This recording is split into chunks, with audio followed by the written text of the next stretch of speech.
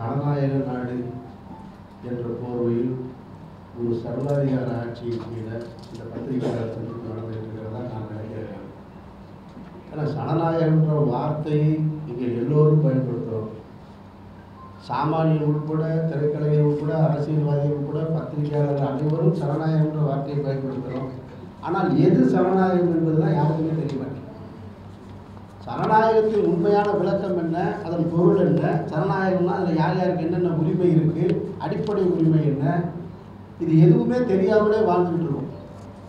அதனால தான் திருப்பி திருப்பி அந்த ஜனநாயகம் என்பதை முன்னிலைப்படுத்த வேண்டிய ஒரு அவசியமாக இருக்கிறது. இது எல்லோரும் ஏதோ எங்களுக்கு மட்டும்தான் இது ஏதோ இந்த அரசுக்கு எதிராக குரல் எழுப்புறவங்களுக்கு மட்டும்தான் இருக்கு. என்னை பொறுத்த மட்டும் நான் ஒன்று விளங்கியிருக்கேன். நான் சின்ன வயசுலேருந்து எனக்கு கற்றுக் கொடுத்தது ஜனநாயகத்தின் மிக முக்கிய 4 தூண்களில் ஒரு தூண் பத்திரிகைகள்னு சொல்லி. நான் உங்களெல்லாம் கேட்குறேன், இன்றைக்கு நாட்டில் என்ன நடந்துக்கிட்டு இருக்கு, நீங்கள்லாம் என்ன செஞ்சுக்கிட்டு இருக்கீங்கன்னு நான் உங்கள்கிட்ட கேட்க வேண்டிய ஒரு சூழலில் இருக்கிறேன். ஏன்னா நீங்கள்லாம் தான் எங்களுக்கு எடுத்து சொல்லணும்.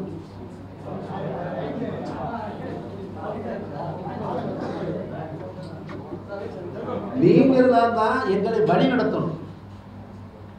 இப்போ எங்களை போன்றவர்கள் பொது தளத்தில் இருக்கோம், திரைத்துறையில் இருக்கோம், கொஞ்சம் அரசியலும் கொஞ்சம் சமூகத்தில் நடக்கிற விஷயங்களும் தெரிஞ்சதுனால நாங்கள் முன் வந்து பேசுகிறோம்.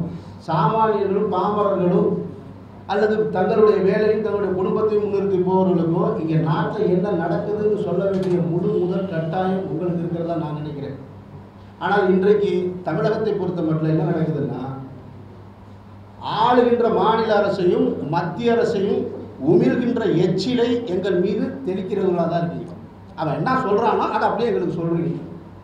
முக்கிய செய்தி, அவசர செய்தின்னு சொல்லி அவன் போடுற சட்டத்தையும் திட்டத்தையும் எங்களுக்கு செய்தியாக கொடுக்குறீங்களே தவிர அதனுடைய பின்விளைவுகள் என்ன என்று மக்களுக்கு எவ்வளோ பேர் எடுத்து சொல்கிறீங்க அப்படின்னு கேட்டால் அது ஒரு கேள்விக்குறியாக தான் இருக்குது.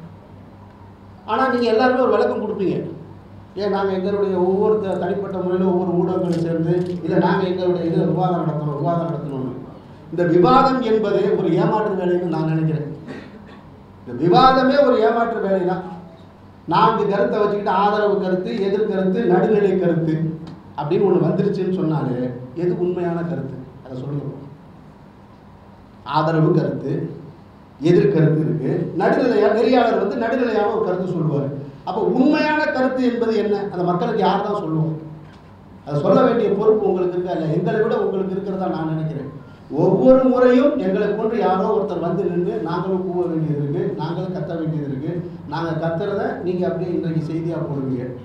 இன்றைக்கு ஒருவேளை முக்கிய செய்தியாக எதுவும் இபிஎஸ் ஐயா அவர்கள் ஓபிஎஸ் ஐயாவோட கூட்டணி இல்லைன்றதுனால இவ்வளோ பெரிய கூட்டமும் நான் நினைக்கிறேன். ஒருவேளை அந்த நிகழ்வு இருந்ததுன்னு வச்சுங்களேன், அதுக்கு தான் முன்னிலைப்படுத்தப்படும். அல்லது பிரதமர் சந்திப்புன்னு வச்சுங்களேன், அதுதான் முன்னிலைப்படுத்தப்படும். அடிப்படையான உரிமை, நான் மட்டும்தான் தமிழனா, இவங்க மட்டும்தான் தமிழனா, நீங்கள் தமிழர் இல்லையா? நீங்கள் எல்லோருமே ஒரு துறையில் இருக்கீங்க. இந்த வேலையை முடித்து வீட்டுக்கு போனால் உங்களுக்கு ஒரு அடையாளம் இருக்குல்ல, அந்த அடையாளம் என்ன? இந்த மண்ணை சேர்ந்தவர்கள் தானே நீங்கள். உங்களுக்கான அடையாளத்துக்கு என்ன செஞ்சுருக்கீங்க அப்படின்னு கேட்குறேன். உடனே பத்திரிகையாளர்களை நீங்கள் எதிர்கேள்வி கேட்குறீங்கன்னு கேட்காதீங்க. நான் உரிமையோடு தான் கேட்குறேன், உங்களை என்னுடைய சகோதரனாக வச்சு தான் கேட்குறேன். ஏன்னா இப்போ சமீப காலமாக தமிழக மக்கள் மீது தேசபக்தின்ற ஒன்று திணிக்கப்படுது. நான் தேசபக்தின்னு சொல்ல உடனே ஒரு நினைவு உங்களுக்கு நான் சொல்ல நான் கடமைப்பட்டிருக்கேன். எனக்கு ஒரு 12 வயசு இருக்கும். என்னுடைய தகப்பனார் அப்போ அந்த காலத்தில் 8ஆம் கிளாஸ் என்னை கைப்பிடிச்சி கூட்டிகிட்டு போயிருக்காரு மதுரையில் மீனாட்சி அம்மன் கோயில் பக்கத்தில். அப்போ கூட்டிகிட்டு போகும்போது அன்றைக்கு மீனாட்சி அம்மன் கோயிலுக்கு வெளிநாட்டுக்காரங்க ஃபாரினர்ஸ் நிறையா வருவாங்க. அப்போ வரும்பொழுது ஏதோ பேசிக்கிட்டே இருக்கும் பொழுது பேசிட்டு திரும்பி பார்க்கும்போது அங்கேருந்து ஒரு வெள்ளைக்காரனை காலில் மிதிச்சிட்டார். மிதித்த உடனே அவன் திட்டுறான். நான் நின்று அந்த நிகழ்வை பார்த்ததை நான் சொல்கிறேன். அவன் திட்டின உடனே என்ன சொல்லுவாங்க, பிளட் இந்தியன்ற வார்த்தையை பயன்படுத்துகிறான். அவர் கவனிக்காமல் இருந்துட்டார். உடனே என் தகப்பனார் திரும்பி அவங்ககிட்ட சண்டை போட்டு என்ன கேட்டாருன்னா, நான் உன்னை தவறுதலாக மிதிச்சிருந்தேன்னா நீ என்னை திட்டுறதுக்கு உரிமை இருக்குது, நீ என்னை அடிக்கிறதுக்கு உரிமை இருக்குது, ஆனால் பிளட் இந்தியன்னு சொல்லி திட்டுறதுக்கு உனக்கு யார் அந்த ரைட்ஸ் கொடுத்தது அப்படின்னு சொல்லி அன்னைக்கே எனக்கு தேசபக்தியை ஊட்டி கொடுத்தவர் என்னுடைய தகப்பனார். அப்போல்லாம் மோடி நேரமாக காலேஜில் படிச்சுட்டு இருப்பார், இல்லை பள்ளிக்கூடத்தில் இருப்பார், இல்லை ஆர்எஸ்எஸ் சேவை செஞ்சுக்கிட்டு இருந்திருப்பார். இவருக்கெல்லாம் முன்னாடியே எனக்கு தேசபக்தியை சொல்லி கொடுத்துட்டாங்க. ஆனால் இன்றைக்கி நீங்கள் தேசபக்தி எங்களுக்கு திணிக்கிறீங்க, தேட்டருக்குள்ளே நிப்பாட்டி வச்சு திணிக்கிறீங்க. உண்மையான தேசிய கீதத்தை நீங்கள் தான் அவமானப்படுத்திக்கிட்டே இருக்கீங்க. இன்றைக்கி என்ன நடக்குது? தேட்டருக்குள்ளே உள்ள நுழையும் போது கையில் ஒருத்தர் தம்மோடு நிற்கிறான். இந்த மாதிரி ஒரு கதவு இருக்குது, கதவை பூட்டிடுறாங்க, உள்ளுக்குள்ளே தேசிய கீதம் ஓடுது. வெளியே நிற்கிறவனுக்கு அந்த தேசிய கீதத்துக்கு மரியாதை செலுத்துற அவசியம் இல்லை. உள்ளே நிற்கிறவன் மட்டும்தான், ஆடிட்டோரியத்துக்குள்ள இருக்க மட்டும்தான். வெளியே சிகரெட்டோடு நிற்கிறான், அப்படியே 2 கட்டு கட்டிட்டு அந்த முடிஞ்ச உடனே அப்புறமா உள்ளே போகிறான். இந்த அளவுக்கு கொச்சைப்படுத்த வேண்டிய அவசியம் என்ன? இப்போ அதுதான் நடந்துக்கிட்டு இருக்கு. யாருமே இங்கே எதுவுமே பேசக்கூடாது, யாருமே எதுவுமே கேட்கக்கூடாது. நான் வெளியில் நிற்கும்போது ஒரு பத்திரிகை நண்பர் என்கிட்ட கேட்டார், சார் மாட்டு இறைச்சி பற்றி உங்கள்கிட்ட நான் பேசவே மாட்டேன், என்னை பார்த்தா மாட்டுக்கறி திங்கிற மாதிரி இருக்காங்க அப்படின்னு. உங்களுக்கு எப்படி தோணுது? அது மாட்டுக்கறின்னா உடனே என்னை தோண வேண்டிய அவசியம் என்ன இருக்குது? இன்றைக்கி தமிழ் இந்து பேப்பரில் போடுங்க, 68% மக்கள் மாட்டுக்கறி சாப்பிட்றாங்க, அதில் 6%, 8% தான் கிறிஸ்தவர்கள் இஸ்லாமியர்கள் சாப்பிட்றாங்கன்னு சொல்லி நான் சொல்லலை. இன்னைக்கு தமிழ் இந்து பேப்பரில் நான் பார்த்தேன். அப்போ எங்களை பார்த்து ஏன் கேட்குறீங்க? அப்போ உங்களுக்கு என்ன சொல்லி கொடுத்துருக்காங்க? பாயை பார்த்தா மாட்டுக்கறியை பற்றி கேளுன்னா, இது அடிப்படையான விஷயங்கள். இங்கே வேறு ஏதோ ஒரு ஒற்றை கலாச்சாரத்தை திணிக்கிறதுக்கு போராடிக்கிட்டு இருக்காங்க. நீங்கள் எல்லாருமே வேறு ஏதோ ஒரு மயக்கத்தில் இருக்கீங்க. தினம் ஒரு செய்தி ஊடகங்களில் தினம் ஒரு இது. எனக்கு எந்த பாதிப்பும் இருக்கிறதா நான் நினைக்கலை. என்னை போன்றவர்கள் நாங்கள் அப்படி நினைக்கல. எங்களுக்கெல்லாம் ஏதோ பாதிப்பு இருக்குதுன்னு சொல்லிட்டு இங்கே இருக்கிறவங்க கூட கேட்டாங்க, குண்டாசிலேருந்து நீங்கள் விடுதலை செய்யணும்னு. நான் அதையெல்லாம் கேட்டு வரவே இல்லைங்க. நான் திருமுருகன் காந்தியை விடுதலை செய்யணும்னு சொல்ல வரலை. திருமுருகன் காந்தியோட ரெப்ரசன்டேட்டிவும் கிடையாது. நான் அதை தெளிவுபடுத்துகிறேன் உங்களுக்கு. என் தமிழ் சமூகத்திற்கு நடத்தப்பட்ட கொடுமையை கண்டித்து எதிர்த்து தான் நான் இங்கே வந்திருக்கேன். ஏன்னா இதே போல் 8-9 வருஷத்துக்கு முன்னாடி என்னை சீமானை கைது செஞ்சிருக்கு. என்ன நடந்துச்சு? இன்றைக்கி சீமான் ஒரு தலைவர் உருவாயிருக்கார். இந்த நாட்டுக்கு ஒரு கட்சி உருவாயிருக்கு, ஒரு தலைவர் உருவாயிருக்காரு. திருமுருகன் காந்தியும் நாளைக்கு ஒரு தலைவராக தான் உருவாரு. அதுதான் இந்த அரசியல் வரலாறு. எவரெல்லாம் கைது செய்யப்பட்டு உள்ளே தள்ளப்படுறாங்களோ அவன் பூரா தலைவனாக தான் வருவான். ஆனால் நாங்கள் வந்திருக்கிறது, நீ திருமுருகன் காந்தி பேசினார் அதனால் உள்ளே பிடிச்சி போட்ட, அவரை விடுதலை செய்ய குண்டாசில் விடுதலை செய்ய மாட்டேன்னு எனக்கு தெரிஞ்சிடும். ஏன்னா வெறுமனே இந்த காரணத்தை மட்டும் வச்சில்லை, நினைவேந்தன்ற காரணத்துக்காக அவர் கைது செய்யப்படலைன்னு இங்கே இருக்கிற அனைத்து பேருக்கும் தெரியும்.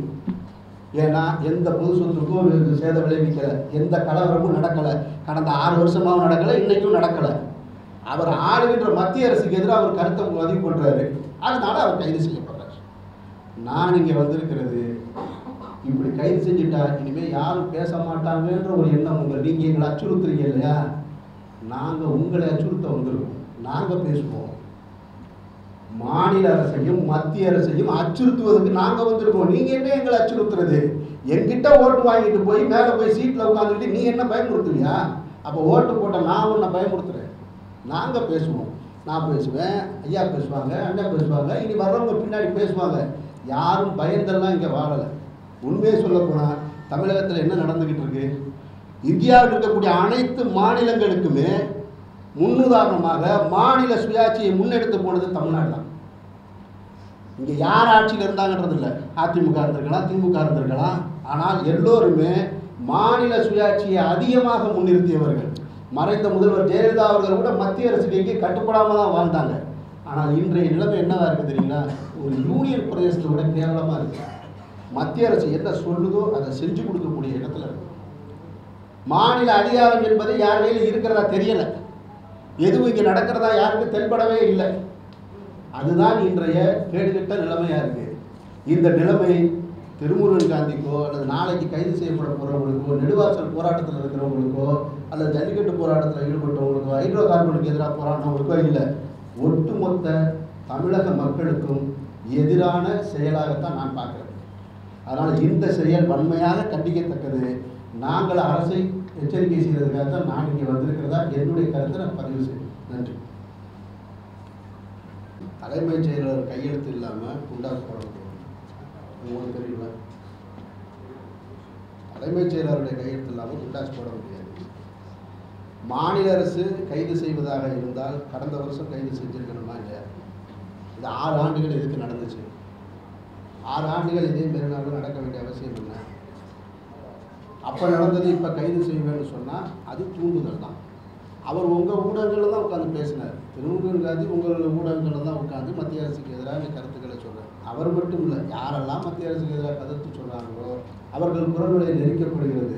இது திருமுருகன் காந்திக்கும் அமீருக்கும் பாரதிய ராஜா சாருக்கும் இல்லை, ஆளுகின்ற தமிழக அரசுக்கும் சேர்த்து தான் சொல்கிறோம். அதனால தான் தலைமைச் செயலகத்தில் ரைடு நடந்தது என்பது உங்களுக்கு தெரியாதா? நீங்கள் நல்லா கவனிங்க. மறைந்த முதல்வர் இருக்கும் பொழுது நீட் தேர்வை எதிர்த்தாரா இல்லையா? ஜிஎஸ்டியை எதிர்த்தாரா இல்லையா? உணவு பாதுகாப்பு மசோதாவை எதிர்த்தாரா இல்லையா? அது எப்படி இப்போ நடந்துச்சு? அம்மாவின் ஆட்சி செய்வோம்னு சொல்கிற அரசு அம்மா எதிர்த்ததை பூரா அனுமதிக்க வேண்டிய அவசியம் என்ன? நான் அரசியல்வாதி இல்லை, நான் உங்களுடைய கேள்வி அவங்க சொன்னதுலேருந்து தான் கேட்குறேன். மறைந்த முதல்வர் இதெல்லாம் சொன்னாங்க, ஆனால் இன்றைக்கு இருக்கிறவங்க வந்து அதற்கு பூரா அனுமதி அளிக்கிறாங்க. எந்த மெரினாவில் தொடர்ச்சியாக நினைவேந்தல் நடைபெற்றதோ அதற்கு தடை, எங்கே வந்து தொடர்ச்சியாக உச்ச நீதிமன்ற தடை இருந்ததோ ஆர்எஸ்எஸ் பேரணிக்கு அதற்கு அனுமதி. அப்ப ரெண்டும் மாறி மாறி நடக்குது. இது எப்படி நடக்குது?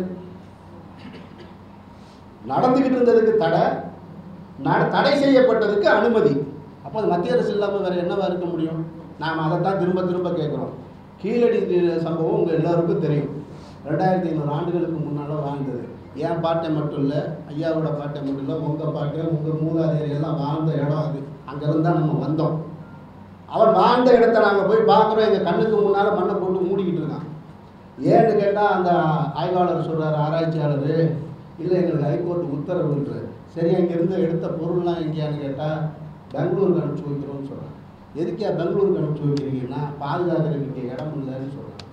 இதை விட கேவலம் இருக்கா? உலக வரலாற்றில் வேறு எங்கேயாவது ஒரு ஐரோப்பிய நாடுகளில் இது மாதிரியான ஒரு ஆய்வு கண்டுபிடிக்கப்பட்டால் கொண்டாடி தீர்த்திருப்பான். பல லட்சம் கோடிகளை செலவு செஞ்சுருப்பான். அவன் 500 ஆண்டுகளுக்கு முன்னால் கிடைச்சதே பொக்கிசமாக பார்க்குறான். 2500 ஆண்டுகளுக்கு முன்னால் நாகரிகமாக வாழ்ந்து உலகத்தின் முன்னோடியாக வாழ்ந்திருக்கன்னு ஒருத்தர் சொல்லி கண்ணுக்கு முன்னாடி காமிச்சிட்டு போயிருக்கான். அந்த அடையாளத்தை உடனே மண்ணை போட்டு கடகடன்னு மூடிட்டீங்க. மூடிட்டு நாங்கள் மூடி கொடுங்கன்னு சொல்லி கேட்குறோம். ஹைட்ரோ கார்பனை நீங்கள் திறப்பேன்றீங்க. மக்கள் நாங்கள்லாம் எதை மூடி கொடுன்னு கேட்குறோமோ அதை திறப்பேன்றீங்க. எதை திறக்கணும்னு சொல்கிறோமோ அதை மூடுறீங்க. இது உங்களுக்கு தெரியும். மாநில அரசை கைது செய்வதாக இருந்தால் அப்படி கைது செஞ்சிருக்கவே முடியாது. இது நீங்கள் தெரிஞ்சுக்கிட்டே கேட்குறீங்க, நாங்களும் தெரிஞ்சுக்கிட்டு தான் பதில் சொல்கிறோம். தமிழர் விரோதமான ஆட்சி நடைபெறுதுன்னா நான் சொல்ல மாட்டேன் சார். நான் கட்சி தான் நடத்துகிறேன் சார். ஆனால் மத்திய அரசுக்கு பயந்து ஆட்சி நடக்குதான்னா நடக்குது. தங்களுடைய பதவிகளுக்கு பயந்து நடக்குதான்னா நடக்குது. ரைடுக்கு பயந்து நடக்குதான்னா நடக்குது. அதில் யாருமே மாற்று கருத்து சொல்ல முடியாது. நான் தான் சொல்லிட்டேன். நான் அது என்ன உங்களுக்கு இருக்கு?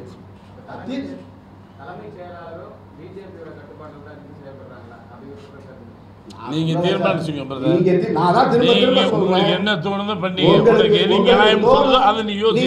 Don't ask as. அமீரையோ நீங்க பாரதி ராஜா சாரையோ இது போல ஒரு கேள்வியை கேட்டு அமீர் இப்படி சொன்னாருன்னு எங்களை குற்றவாளி ஆக்குறதை விட நாம எல்லாம் குற்றவாளியா வாழ்ந்துகிட்டு இருக்கோம்னு சொல்றதுக்கு தான் நான் இந்த சந்திப்புலயே வந்திருக்கேன். உன்னுடைய பத்திரிகை தர்மம் என்ன சொல்லுதோ அதை நாம அத்தனை பேரும் குற்றவாளியா தான் வாழ்ந்துகிட்டு இருக்கோம். நடந்துகிட்டு இருக்க அக்கிரமங்களை எல்லாரும் பார்த்துக்கிறோம். நான் ஒரே ஒரு விஷயத்தை உங்ககிட்ட கேட்குறேன். இதே பத்திரிகை ஊடகங்கள் கடந்த நவம்பர் மாதம் மறைந்த முதல்வர் ஆஸ்பத்திரியில் இருக்காங்க. அவங்க ஆஸ்பத்திரியில் இல்லை, நலமோடு இல்லை, அவர்கள் பேச்சு மூச்சு இல்லாமல் இருக்காங்கன்னு சொல்லி இதே எல்லாரும் பேசணும். அப்பவும் ஒருத்தவங்க சொன்னாங்க, அவங்க நல்லா இருக்காங்க, யாராவது தப்பாக பேசுனீங்கன்னா அவங்க மேலே வழக்கு தொடுவோம், யாராவது ஃபேஸ்புக்கில் கருத்து போட்டால் வழக்கு தொடுவோம். ட்விட்டரில் ஃபேஸ்புக்கில் நீங்கள் கருத்து போட்டாங்க, அவன் மேலே வழக்கு போட்டிங்க இல்லையா? அவன் சொன்னதானே உண்மை. உண்மை என்ன நடந்தது? அவன் சொன்னதானே உண்மை. திருப்பி நாங்கள் எங்கள் முதல்வர் உயிரோட பார்க்கல. ஆனால் நீங்கள் திருப்பி திருப்பி திருப்பி எவன் கேள்வி கேட்குறானோ கேள்வி கேட்கணும் பூரா குற்றவாளி ஆகிக்கிட்டு உங்களுக்கு தெரியும், எனக்கும் தெரியும், எல்லாம் தெரிஞ்சு நீங்கள் பேசாமல் இருக்கீங்க. நாங்கள் வேறு வழி இல்லாமல் இந்த சமூகம், இந்த தமிழ் சமூகம் எங்களுக்கு அடையாளம் கொடுத்துருச்சு, நாங்கள் இந்த தமிழ் சமூகத்தில் பிறந்து தொலைச்சிட்டோமேன்னு உங்கள்கிட்ட கத்திக்கிட்டே இருக்கோம் ஒவ்வொரு முறையும். வந்து இது என்னோட பிரச்சனையா? நான் பேசுகிறேன், நம்ம பிரச்சனை பேசுகிறேன்றதை நீங்கள் உணர மாட்டேன்றீங்க. நீங்கள் கேளுங்க, நீங்கள் ஏன் கேட்க மாட்டேன்றீங்க? ஏன் குண்டாஸ் போட்டீங்கன்னு கேளுங்க. ஒரு ஊடகம் விவாதத்தை கூட்டுவாங்க, காவல்துறை உயரதிகாரியை இன்னைக்கு கூட்டிகிட்டு வந்து ஒரு விவாதம் நடத்துங்கண்ணே, குண்டாஸ் ஏன் போட்டீங்கன்னு சொல்லி. ஆனால் நீங்கள் காவல்துறை அதிகாரியை கூப்பிட மாட்டீங்க. எவராவது ஒரு ரிட்டையர்டு காவல்துறை அதிகாரி வருவார், அவர் வந்து பேசுவார். யார் வழக்கு போட்டாங்களோ அவங்கள கூப்பிடுங்க, என்ன செஞ்சாருன்னு கேளுங்க, எதுக்குங்க குண்டாஸ் பாஞ்சுன்னு கேளுங்க. இல்லை நீங்கள் என்ன பண்ணுவீங்கன்னா நடுநிலையாளர், கல்வியாளர், ஆதரவாளர் ஒரு 4 பேரை கூட்டிகிட்டு வந்து இவங்க பேசுவாங்க. இந்த கருத்தை சம்பந்தப்பட்டவங்கள்ட்ட நீங்கள் கேட்கணும்.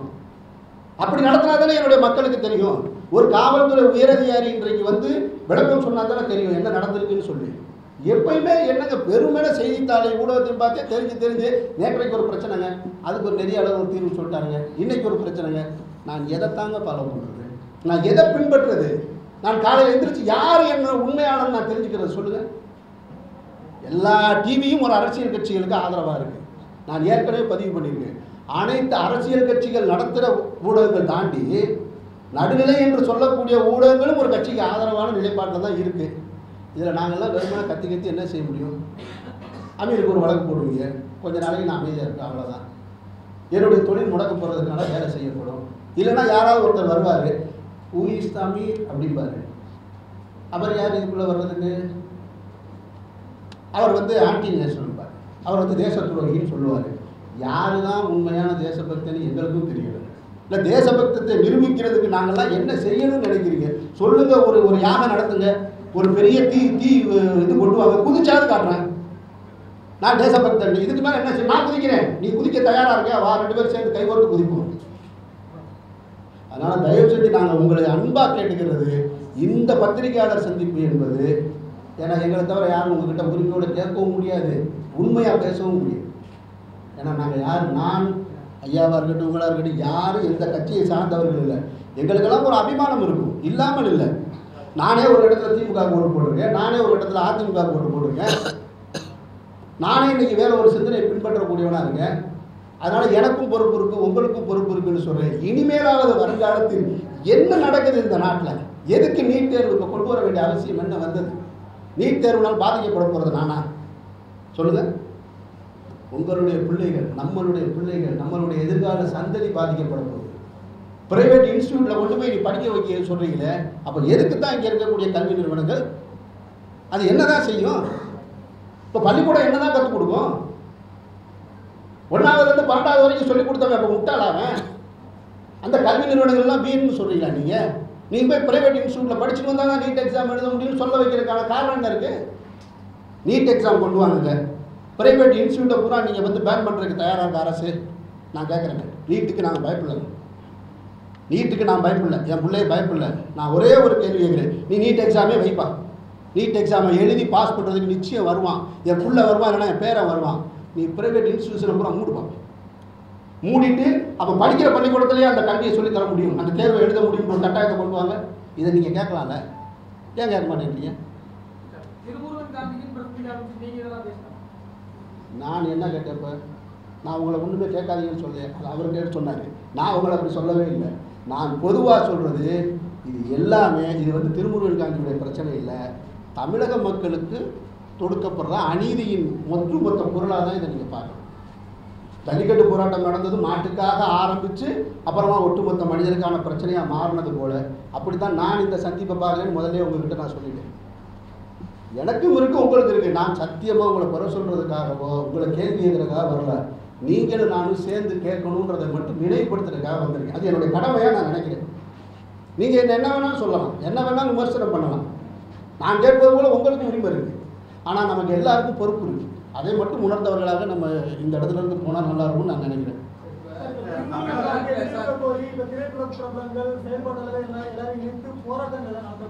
இல்லை சார், நான் கண்டிப்பாக இந்த கேள்வி கேட்பீங்கன்னு நினைச்சேன்.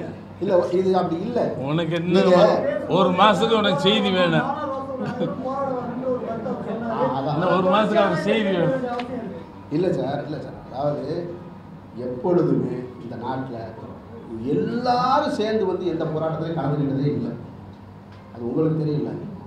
ஒட்டுமொத்த திரையுலகமும் சின்ன நடிகர்லேருந்து பெரிய நடிகர் வரைக்கும் இயக்குநர்கள் அப்படிலாம் வரல. நாங்கள் இயக்குனர் சங்கமாகவும் வரல, நடிகர் சங்கமாகவும் வரல, கலைஞர்களாக வந்திருக்கோம், அவ்வளோதான்.